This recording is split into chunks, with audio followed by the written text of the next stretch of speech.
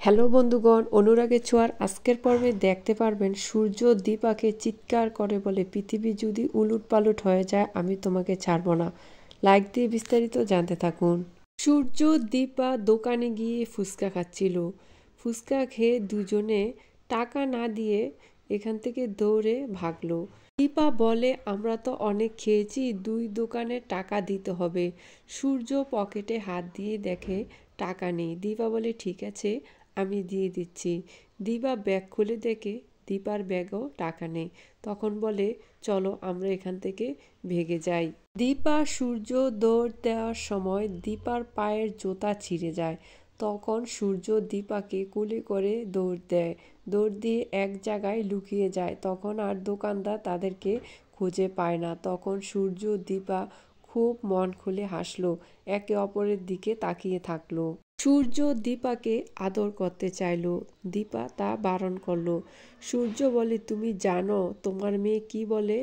আমি তোমাকে যেন ডিভোর্স দিয়ে দেই। তখন দীপার চোখ দিয়ে পানি পড়ছিল। দীপা বলে, বেশ তো, ছেড়ে দাও, চলো আমরা উকিলের সাথে পরামর্শ করি। সূর্য বলে, না, আমি তোমাকে কোনোদিনও ছাড়ব না। পৃথিবী যদি উলুটপালট হয়ে যায় তাও আমি তোমাকে ছাড়ব না। এই পৃথিবী যতদিন থাকবে দীপা সূর্যর সম্পর্ক ততদিন থাকবে, এটাকে কেউ ছিন্ন করতে পারবে না। তখন দীপা বলে, আমি চলে যাচ্ছি। সূর্য বলে, যাও যাও, তুমি আমার কথা এড়িয়ে যাচ্ছ, মনে রেখো আমি তোমাকে কোনোদিনও ডিভোর্স দিব না। তখন দীপা কান্না করতে করতে চলে যায়। এই দিকে সাক্ষ্যদীপ সরকার দীপার জন্য খুব চিন্তিত। তখন দীপা বাড়িতে গেল, বলল, তোমার এত দেরি হলো কেন, কোথায় ছিলে? তখন দীপা বলে, আমি একটু খুবই ক্লান্ত। তখন সাক্ষ্যদীপ সরকারের মা বলে, তোমরা সবাই চলে যাও, দীপা একটু আমার সাথে বসো। সাক্ষ্যদীপ সরকারের মা বলে, দীপা তোমার কি হয়েছে, আমার সাথে মন খুলে বলো, আমি তো বুড়ো হয়েছি, আমি সব বুঝি। দীপা সাক্ষ্যদীপ সরকারের মাকে বলে, সূর্য সে কিছুতে আমাকে ডিভোর্স দিতে চাচ্ছে না, সে মন থেকে অনেক ভেঙে গেছে, আমি কি করব?